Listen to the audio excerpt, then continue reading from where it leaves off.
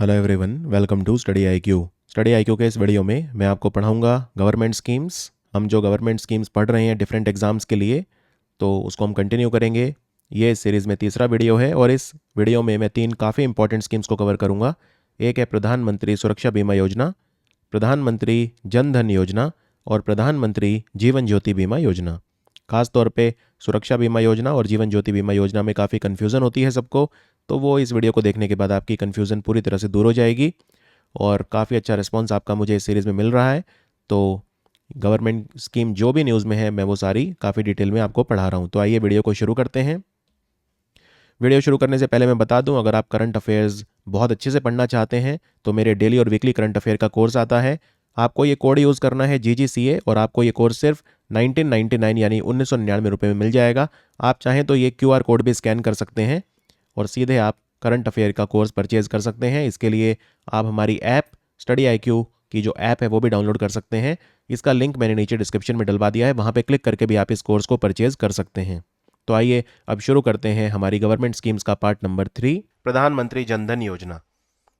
देखो, प्रधानमंत्री जनधन योजना क्यों शुरू की गई थी? जब प्रधानमंत्री मोदी प्रधानमंत्री बने थे 2014 में, तो 15 अगस्त का जो उनका भाषण था, 15 अगस्त 2014 को इंडिपेंडेंस डे स्पीच में फ्रॉम द रैम्पर्ट्स ऑफ दी जो रेड फोर्ट है, वहां से उन्होंने प्रधानमंत्री जनधन योजना स्कीम को अनाउंस किया था और उसी साल ये 2014 में शुरू हो गई थी।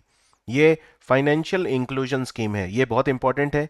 फाइनेंशियल इंक्लूजन, इस वर्ड का मतलब ये होता है वित्तीय समावेश, यानी भारत का हर व्यक्ति, हर पर्सन जो है वो बैंकिंग से जुड़े, राइट? तो वो है फाइनेंशियल इंक्लूजन। और इसके क्या क्या फायदे हैं हम देखेंगे आने वाले समय में। तो फाइनेंशियल इंक्लूजन जो है उसके लिए स्कीम शुरू की गई थी। जितने भी भारत के घर हैं, हाउस होल्ड्स हैं, वो फाइनेंशियल इंक्लूजन हो, बैंकिंग से जुड़ें, universal access to banking facilities उन्हें मिले। अब ये फाइनेंशियल इंक्लूजन का फायदा क्या होता है? अगर मान लो भारत के हर व्यक्ति का बैंक अकाउंट है, तो इसका फायदा क्या है? इसका फायदा ये है कि भारत की सरकार सारी की सारी फाइनेंशियल सर्विस उन्हें दे सकती है। जैसे अगर उनके पास एक बेसिक सेविंग या डिपॉजिट अकाउंट है, सरकार उनको कल को कोई सब्सिडी देना चाहे तो सीधा उनके अकाउंट में डायरेक्ट बेनिफिट ट्रांसफर से आ जाएगा। अगर मान लो उनका बैंक अकाउंट ही नहीं है तो सरकार डायरेक्ट बेनिफिट ट्रांसफर से उन्हें सब्सिडी कैसे देगी, राइट? तो remittance facility, credit facility, insurance facility, pension facility, ये सारी की सारी उनको फैसिलिटी सरकार प्रोवाइड कर सके, इसके लिए ज़रूरी है कि उनके पास एक बैंक अकाउंट होना चाहिए। तो जनधन योजना में क्या है कि सबका एक बेसिक सेविंग अकाउंट खुलता है जिसको बोलते हैं जनधन अकाउंट। और ये अकाउंट आप किसी भी बैंक ब्रांच में ओपन कर सकते हैं, सरकारी बैंक में भी या प्राइवेट बैंक में भी। और इसको खोलने के लिए आपकी जो बैंक मित्र होते हैं वो हेल्प करते हैं, यानी जो बिजनेस कॉरेस्पॉन्डेंट होते हैं जिन्हें हम बैंक मित्र कहते हैं, वो भी आपकी हेल्प करते हैं। ठीक है। कंडीशन क्या है प्रधानमंत्री जनधन अकाउंट खोलने के लिए? कंडीशन ये है कि आपका कोई पहले से अकाउंट नहीं होना चाहिए, ये कंडीशन है। और इनमें आप जीरो बैलेंस भी रख सकते हैं, यानी कि अगर आप इसमें जीरो बैलेंस रखेंगे तो आपको कोई पेनल्टी नहीं भरनी पड़ेगी। तो पहले जब भारत में लोग अपने अकाउंट नहीं खोलते थे बैंक में, तो उसका रीज़न क्या था? उसका रीज़न ये था कि बैंक में एक मिनिमम बैलेंस आपको रखना पड़ता है। अब मिनिमम बैलेंस जब रखना पड़ेगा तो फिर वो कहाँ से लाएंगे? गरीब लोग हैं, तो फिर पेनल्टी लगती थी, तो पेनल्टी लग लग के ही वो अमाउंट खत्म हो जाता है। दूसरी बात यह है, बैंक वगैरह के बारे में उतनी नॉलेज भी नहीं थी। अब इसमें जनधन योजना है, जब इनमें टास्क दिया गया सबको, जितने भी IAS ऑफिसर हैं, सिविल ऑफिसर्स जो हैं, सरकारी बैंक हैं, पूरी उन्होंने अपनी जान लगा दी कि लोगों को सचेत करें, लोगों को बताएं कि जनधन योजना के फ़ायदे क्या हैं। और बहुत सारे फ़ायदे दिए गए, तभी लोग कन्विंस हुए कि ठीक है अब हम अकाउंट खोलने के लिए तैयार हैं। तो अब देखते हैं बेनिफिट, जो जो लोगों को बेनिफिट प्रॉमिस किए गए। और इनमें काफ़ी चेंजेस आ गए हैं क्योंकि अब इस योजना को काफ़ी टाइम हो गया है। जैसा मैंने बताया 2014 में योजना शुरू हो गई थी और इसको 8 साल पूरे हो चुके हैं। और अगस्त में 2022 8 साल पूरे हो चुके हैं। तो इसके फ़ायदे क्या हैं वो मैं आपको बताता हूँ।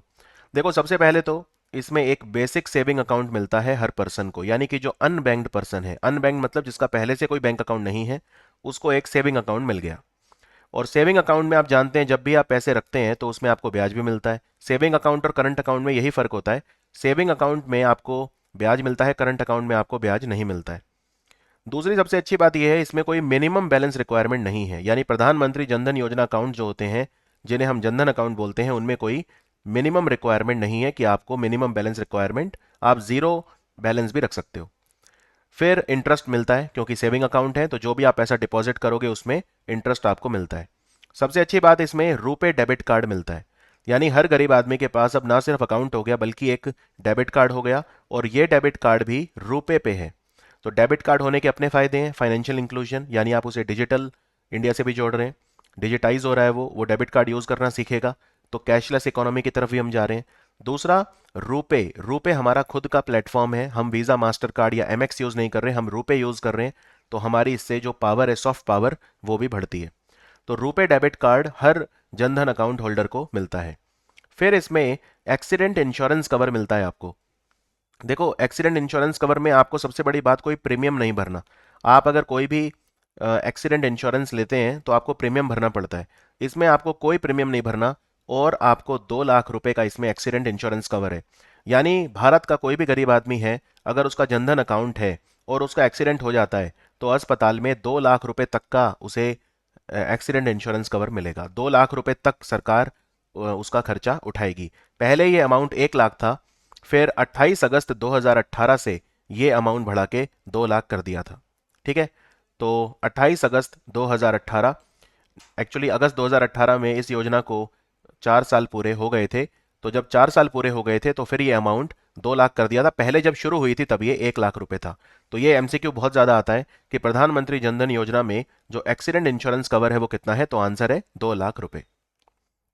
उसके बाद फिर इसमें ओवरड्राफ्ट फैसिलिटी भी मिलती है। ओवरड्राफ्ट फैसिलिटी क्या होती है? ओवरड्राफ्ट इसमें 10,000 रुपए तक मिलती है, पहले 5,000 था। याद रखिए, जब ये स्कीम स्टार्ट हुई थी तो ओवरड्राफ्ट फैसिलिटी 5,000 थी, फिर इसको बढ़ा के 10,000 कर दिया गया था।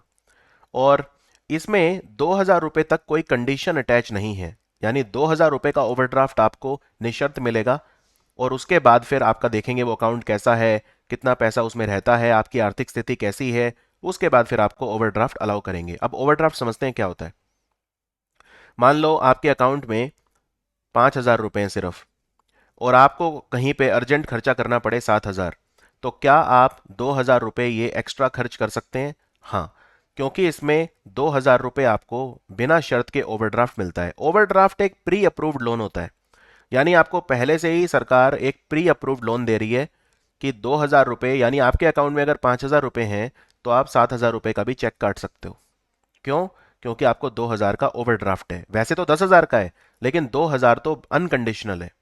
और अगर आपकी क्रेडिट हिस्ट्री अच्छी है, आप अपने अकाउंट को काफ़ी ज़्यादा यूज़ कर रहे हो, आपकी फाइनेंशियल स्टेटस भी ठीक है, तो ये ओवरड्राफ्ट बढ़ के 10,000 तक हो सकता है। अगर आपको मान लो 10,000 ओवरड्राफ्ट मिल गया, मतलब ये है अगर आपके अकाउंट में 5,000 है तो आप 15,000 रुपए तक की पेमेंट भी कर सकते हो, क्योंकि 10,000 रुपए आपको प्री अप्रूव्ड लोन मिल जाएगा। तो टोटल ओवरड्राफ्ट कितना है जो एमसीक्यू आता है, वो है 10,000। लेकिन आपकी एक्स्ट्रा नॉलेज के लिए बता रहा हूं कि 10,000 में से 2,000 रुपए जो है वो बिना किसी कंडीशंस के है ओवरड्राफ्ट। Is it clear? और 18 से 65 साल की उम्र है। एक्चुअली क्या था, पहले 18 से 60 था। अगर आपको मान लो जनधन अकाउंट खोलना है तो जो एज थी वो कितनी है? वैसे तो आप 10 साल के हो तो भी अकाउंट खोल सकते हो, लेकिन जब तक आप 18 के नहीं हो जाते तो जो भी आपके गार्जियन हैं या पेरेंट्स हैं वो मैनेज करेंगे उसे। एक बार आप 18 के हो गए तो वो अकाउंट आप फुल्ली इंडिपेंडेंटली मैनेज करोगे। तो एग्जाम में क्वेश्चन आ जाए अगर कि मिनिमम एज कितनी है जनधन अकाउंट खोलने के लिए, तो वो है 10 साल। 10 साल का बच्चा भी जनधन अकाउंट खोल सकता है, लेकिन जब तक वो 18 का नहीं होता वो अकेले मैनेज नहीं करेगा। ठीक है। और ओवरड्राफ्ट के लिए 18 से 65, मतलब आपकी जो मिनिमम एज है ओवरड्राफ्ट अवेल करने के लिए वो 18 होनी चाहिए, और जो अपर एज है लिमिट वो है 65 साल। फिर जनधन में क्या आपको डेथ बेनिफिट मिलता है? हाँ, 30,000 रुपए का डेथ बेनिफिट है। ये एमसीक्यू बहुत ज्यादा आता है कि अगर आपके पास जनधन अकाउंट है और अगर आपकी डेथ हो जाती है तो परिवार को क्या मिलेगा, कुछ कोई? तो हाँ, 30,000 रुपए मिलेंगे। और अगेन इस 30,000 लाइफ इंश्योरेंस के लिए आपको कोई भी प्रीमियम नहीं भरना, और 2 लाख रुपए की एक्सीडेंट इंश्योरेंस के लिए भी आपको कोई प्रीमियम नहीं भरना। यानी बैठे बैठे आपका लाइफ इंश्योरेंस हो गया, और बैठे बैठे आपका हेल्थ वो हो गया, एक्सीडेंट इंश्योरेंस हो गया। ठीक है। और हेल्थ इंश्योरेंस आयुष्मान भारत में होता ही है सबका, जो 5 लाख रुपए एक परिवार का एक साल में। तो सोशल सिक्योरिटी में भी जनधन अकाउंट बहुत हेल्प करता है। सोशल सिक्योरिटी मतलब सामाजिक सुरक्षा में भी बहुत बड़ा योगदान इसका है। फिर एक मोबाइल ऐप भी लॉन्च की गई थी, जनधन दर्शक। ये मोबाइल ऐप जो है सिटीजन सेंट्रिक मोबाइल ऐप है। इसमें आप बैंकिंग इंफ्रास्ट्रक्चर को लोकेट कर सकते हो जीपीएस की मदद से। कोई भी ब्रांच बैंक की, ATM, bank Mitra, post office, common service centre location वगैरह, ये आप सब इस पे देख सकते हो। जनधन के 6 पिलर होते हैं। ये 6 पिलर क्या हैं? ये फाइनेंशियल इंक्लूजन के भी 6 पिलर हैं।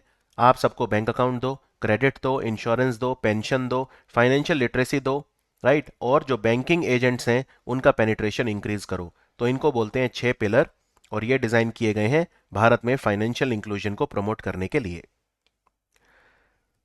प्रधानमंत्री जनधन योजना के जो अकाउंट हैं उनका एक बहुत बड़ा फायदा ये है कि डायरेक्ट बेनिफिट ट्रांसफर। अब सरकार के पास बैंक अकाउंट हो गए तो उन्हें सब्सिडी देनी है। मान लो प्रधानमंत्री उज्ज्वल योजना में एलपीजी गैस सिलेंडर खरीदने के लिए सब्सिडी देनी है, तो वो सीधे डायरेक्ट बेनिफिट ट्रांसफर के थ्रू अकाउंट में आ जाएंगे। इसी तरह आप प्रीमियम भर सकते हो। अगर मान लो आपको कोई सरकारी योजना है, जैसे प्रधानमंत्री जीवन ज्योति बीमा योजना, प्रधानमंत्री सुरक्षा बीमा योजना, अटल पेंशन योजना, अगर आपको इनका प्रीमियम भरना है तो आपके पास अब बैंक अकाउंट है, क्योंकि इनके प्रीमियम आप कैश में नहीं भर सकते। इनके प्रीमियम आप सिर्फ अपने अकाउंट से भर सकते हो, ये भी ध्यान रखिए। आपके पास बैंक अकाउंट होना जरूरी है इन सब सामाजिक सुरक्षा की जो योजना है उनके लिए। इसी तरह से मुद्रा योजना का अगर आप फायदा लेना चाहते हो तो मुद्रा लोन भी आपके बैंक अकाउंट में आ जाएगा। बैंक अकाउंट में आने का फायदा क्या होता है? बैंक अकाउंट में फायदा ये होता है आने का कि आप ये इस बात की श्योरिटी है आपको कि जो पैसा है वो सीधे अकाउंट में जा रहा है, मतलब सही हाथों में पहुंच रहा है। फिर इसमें कोई भी बेनिफिट है, मतलब सरकार बहुत तरह की स्कॉलरशिप चलाती है, सब्सिडी देती है, पेंशन है, कोविड रिलीफ फंड वगैरह, ये सारे बैंक अकाउंट में आ जाते हैं। तो जनधन का बहुत बड़ा फायदा ये है। अब ये एक टेबल है जो दिखाती है कि हमारे जो सरकारी बैंक हैं वो कितने इतने इंपॉर्टेंट क्यों हैं।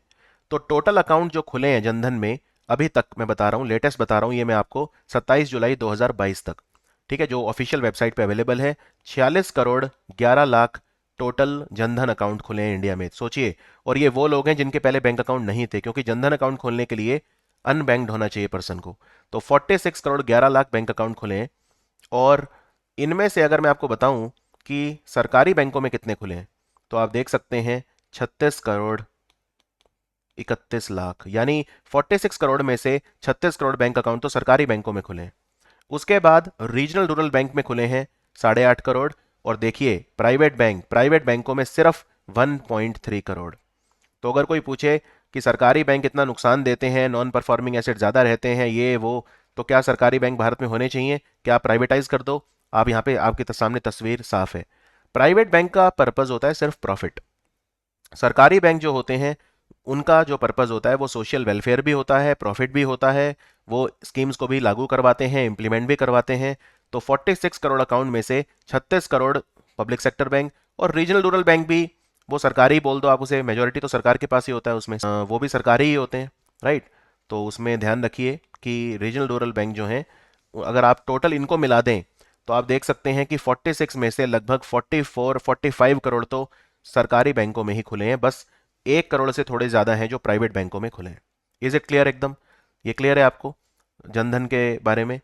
और बाकी इसमें महिलाएं जो हैं वो बहुत बेनिफिशियरी हैं, रूरल अर्बन फीमेल बेनिफिशियरीज बहुत ज़्यादा हैं। 20 करोड़ जो हैं वो रूरल और अर्बन फीमेल बेनिफिशियरी हैं। तो इससे भी काफ़ी कुछ पता चलता है, क्योंकि अगर आप यहाँ पे देखें कि total rural urban female beneficiary कितनी है सरकारी बैंकों में, रूरल बैंक और प्राइवेट बैंक, तो 46 करोड़ में से 25 करोड़ तो महिलाएं हैं रूरल और अर्बन एरिया में मिला के, जिन्होंने बेनिफिट करा है जनधन अकाउंट से, राइट। तो ये सब चीजें बताती हैं कि जनधन योजना जो है काफी सक्सेसफुल है, काफी इंपॉर्टेंट है। चलिए अब हम आते हैं प्रधानमंत्री जीवन ज्योति बीमा योजना। प्रधानमंत्री जीवन ज्योति बीमा योजना, ये 3 स्कीम है, प्रधानमंत्री सुरक्षा बीमा योजना, जीवन ज्योति बीमा योजना, अटल पेंशन योजना। तीनों एक ही दिन शुरू की गई थी। ये वेस्ट बंगाल से शुरू की थी प्रधानमंत्री मोदी ने 9 मई 2015 को। ये सोशल सिक्योरिटी स्कीम है। तो प्रधानमंत्री जीवन ज्योति नाम से पता चल रहा है ये लाइफ इंश्योरेंस स्कीम है। ये स्कीम अगर आपको अवेल करनी है तो आपकी उम्र 18 से 50 के बीच में होनी चाहिए। ये आपको सब कुछ याद रखना है, जो भी चीजें मैं स्लाइड पे हैं सब कुछ इंपॉर्टेंट है। प्रधानमंत्री जीवन ज्योति बीमा योजना में 18 से 50 के बीच में आपकी उम्र होनी चाहिए अगर आप इस योजना का लाभ लेना चाहते हैं। और इसमें जो भी आप प्रीमियम भरेंगे वो आपके अकाउंट से ऑटो डेबिट होता है, यानी कि आप कैश में प्रीमियम नहीं भर सकते, आपको जो है वो ऑटो डेबिट होता है आपके अकाउंट से। आधार जो है उससे केवाईसी होता है आपके बैंक अकाउंट का, तो आधार इज द प्राइमरी केवाईसी। तो इसमें कितना पैसा मिलता है डेथ होने पे? 2 लाख रुपए परिवार को मिलते हैं। और ये पीरियड क्या होता है इसमें? हर साल की 1 जून से लेके अगले साल की 31 मई का 1 साल होता है। अगर आपको ये योजना में अप्लाई करना है तो आपका प्रीमियम 1 जून से पहले पहले बैंक अकाउंट से ऑटोमेटिकली कट जाता है। ठीक है, तो मान लो आपका प्रीमियम अगर कट गया, लेट से 31 मई को कट गया आपके बैंक अकाउंट से प्रीमियम। ठीक है, तो अब आप 1 जून से अगले साल की 31 मई तक के लिए एलिजिबल हो गए। अगर इस एक साल में डेथ हो गई तो आपके परिवार को 2 लाख मिल जाएंगे, अगर नहीं तो फिर रिन्यू कर लो, एक साल बाद फिर प्रीमियम भर दो। और प्रीमियम कुछ भी नहीं, बहुत कम प्रीमियम होता है इसमें। प्रधानमंत्री जीवन ज्योति बीमा जो योजना है, इसमें कितना प्रीमियम होता है, तो इसमें 436 रुपये प्रीमियम आपको एक साल में भरना है, सिर्फ, दैट्स इट। और ये प्रीमियम जैसा मैंने बताया, ये 31 मई को या 31 मई से पहले पहले आपके अकाउंट से ऑटो डेबिट हो जाता है, अपने आप कट जाता है पैसा। और अगर कट गया तो मतलब साफ है, 1 जून से लेके अगले साल की 31 मई तक एक साल के लिए आप सुरक्षित हो गए, आपको जीवन बीमा मिल गया। तो हर साल आपको प्रीमियम भरना है आने वाले साल के लिए, और वो साल स्टार्ट होता है 1 जून से। तो प्रधानमंत्री जीवन ज्योति बीमा योजना में 436 रुपये आपके अकाउंट से ऑटो डेबिट हो जाते हैं। इस स्कीम को लागू करता है लाइफ इंश्योरेंस कॉरपोरेशन। तो LIC इस स्कीम की इम्प्लीमेंटिंग एजेंसी है, जो भी स्कीम्स के सब कुछ है वो यही करती है। जो बैंक के साथ टाई अप वगैरह होते हैं, LIC ही करती है इस स्कीम को लेकर। और अभी तक मैं लेटेस्ट डेटा अगर आपको बताऊं, 23 जून 2022 तक का डेटा अवेलेबल है, तो 13 करोड़ से ज़्यादा लोग प्रधानमंत्री जीवन ज्योति बीमा योजना में एनरोल कर चुके हैं। और ये एनरोलमेंट पॉसिबल नहीं था जनधन अकाउंट अगर नहीं होते, क्योंकि ज़्यादातर तो ऑब्वियसली गरीब लोग हैं जो प्रधानमंत्री जीवन ज्योति बीमा योजना जो सब्सक्राइबर हैं इनके, और वो अकाउंट नहीं होता तो कैसे करते, क्योंकि इसमें सिर्फ अकाउंट से ही ऑटो डेबिट 436 रुपये अगर होंगे तो ही जो है वो आप ऑटो डेबिट के थ्रू ही प्रीमियम भर सकते हो, कैश में नहीं भर सकते। तो बिना अकाउंट के ये योजना का लाभ भी आप नहीं ले सकते थे। अब बात करते हैं प्रधानमंत्री सुरक्षा बीमा योजना। मिलती जुलती है, वही 9 मई 2015 को प्रधानमंत्री मोदी ने लॉन्च करी थी। ये 18 से 70 के लिए है। याद रखिए, प्रधानमंत्री जीवन ज्योति बीमा योजना 18 से 50 थी, और प्रधानमंत्री सुरक्षा बीमा योजना 18 से 70 साल के बीच आपकी उम्र होनी चाहिए अगर आप इस योजना को लेना चाहते हैं। और इसमें वही है सेम, 1 जून से लेके 31 मई तक साल होगा। और अगर आपको अप्लाई करना है इसमें तो प्रीमियम भरना पड़ेगा 31 मई या उससे पहले। ठीक है, और फिर 1 जून से अगले साल की 31 मई तक आप एक साल के लिए सिक्योर हो गए। आधार से KYC करा लो अपने बैंक अकाउंट का। और ये क्या है स्कीम, इसमें नाम से पता चल रहा है, ये बेसिकली एक्सीडेंट के लिए है, सुरक्षा बीमा, आपकी सुरक्षा के लिए बीमा। एक्सीडेंट अगर हो गया, उसमें अगर पार्शियल डिसेबिलिटी है तो 1 लाख रुपए तक आप कवर्ड हो, और अगर एक्सीडेंट की वजह से डेथ हो जाती है या पूर्ण अपंगता आ जाती है तो 2 लाख रुपए। मैं रिपीट कर देता हूं, अगर डेथ हो जाती है एक्सीडेंट की वजह से या फुल डिसेबिलिटी आ जाती है तो मतलब इसमें 2 लाख रुपए मिलते हैं। डेथ के केस में परिवार को 2 लाख, और अगर फुल डिसेबिलिटी है तो आपको ही 2 लाख मिल जाएंगे। अगर पार्शियल डिसेबिलिटी है तो 1 लाख रुपए मिलते हैं, लेकिन कॉज जो है वो एक्सीडेंट होना चाहिए, नेचुरल नहीं। ठीक है, तो ये है प्रधानमंत्री सुरक्षा बीमा योजना। प्रीमियम कितना भरना है आपको, 31 मई से पहले पहले आपके अकाउंट से ऑटो डेबिट होना जाना चाहिए 20 रुपए, सिर्फ 20 रुपए, बस 20 रुपए में सोचिए 2 लाख रुपए का आपको सुरक्षा बीमा योजना मिल गया, एक्सीडेंट इंश्योरेंस मिल गया, सिर्फ 20 रुपए। तो ये भी सोशल सिक्योरिटी स्कीम है, और ये भी अगर आपके पास बैंक अकाउंट नहीं है तो नहीं ले सकते आप। और जनधन अकाउंट होने का फायदा ये, गरीब आदमी अब इसे ले सकता है। तो ये स्कीम कौन देता है, public sector general insurance companies देती हैं, या जिन्होंने बैंक के साथ टाई अप वगैरह किए होते हैं वो इनको दे सकती हैं। ठीक है, इसमें कितने लोगों ने लिए, ये आप देख सकते हैं, 29 करोड़ लोग हैं भारत के जिन्होंने 30 जून 2022 तक प्रधानमंत्री सुरक्षा बीमा योजना में एनरोल किया है। सो ये थी हमारी सरकारी योजनाएं, और हर बार की तरह मैं आपसे क्वेश्चन भी पूछता हूं। चलिए इन क्वेश्चंस के आंसर दीजिए। मेरा सबसे पहला सवाल है कि प्रधानमंत्री सुरक्षा बीमा योजना में जो आपको सालाना प्रीमियम भरना है वो कितने रुपए का भरना है। मेरा दूसरा सवाल है कि प्रधानमंत्री सुरक्षा बीमा योजना में अगर आपको पार्शियल डिसेबिलिटी हो जाती है यानी आंशिक अपंगता, तो कितना अमाउंट सरकार की तरफ से आपको मिलेगा। मेरा तीसरा सवाल ये है कि प्रधानमंत्री जो जनधन योजना है इसमें आपको ओवरड्राफ्ट फैसिलिटी कितनी मिलती है। मेरा चौथा सवाल ये है कि जीवन ज्योति बीमा योजना में जो प्रीमियम है वो आपको एक साल में कितना भरना होता है, राइट। और मेरा अगला सवाल ये है कि प्रधानमंत्री जीवन ज्योति बीमा योजना और सुरक्षा बीमा योजना ये कौन से ईयर में लॉन्च हुई थी, और जनधन योजना कौन से ईयर में हुई थी, क्या ये सेम ईयर में हुई थी या डिफरेंट ईयर में हुई थी। इसके अलावा ये भी बताइए कि प्रधानमंत्री जनधन योजना में आपको एक्सीडेंट इंश्योरेंस कितना मिलता है। एक्सीडेंट इंश्योरेंस क्या कोई जनधन योजना में आपको मिलता है जिसके लिए आपको प्रीमियम भी नहीं भरना पड़ता? क्या ऐसा कोई एक्सीडेंट इंश्योरेंस या एक्सीडेंट कवरेज आपको मिलता है? तो ये मेरे सवाल है। अगर आपने ये वीडियो अच्छे से देखा है तो आप इनके आंसर ज़रूर करिए। और मैं आपको बता दूं, अगर आप करंट अफेयर्स में एक्सपर्ट बनना चाहते हैं, बहुत ही अच्छे से पढ़ना चाहते हैं, एक शांत दिमाग से एक एक्सपर्ट के साथ जिसने रिपीटेडली हज़ारों लाखों बच्चों का सिलेक्शन दिया है पिछले 8 सालों में, तो आप ये कोर्स परचेज कर सकते हैं। अगर आप ये कोड यूज़ करेंगे GGCA तो आपको ये कोर्स सिर्फ 1999 में मिल जाएगा, या आप ये QR कोड स्कैन करके भी उस कोर्स को परचेज कर सकते हैं। तो मिलते हैं आपसे गवर्नमेंट स्कीम के चौथे वीडियो में। Thank you for watching study IQ।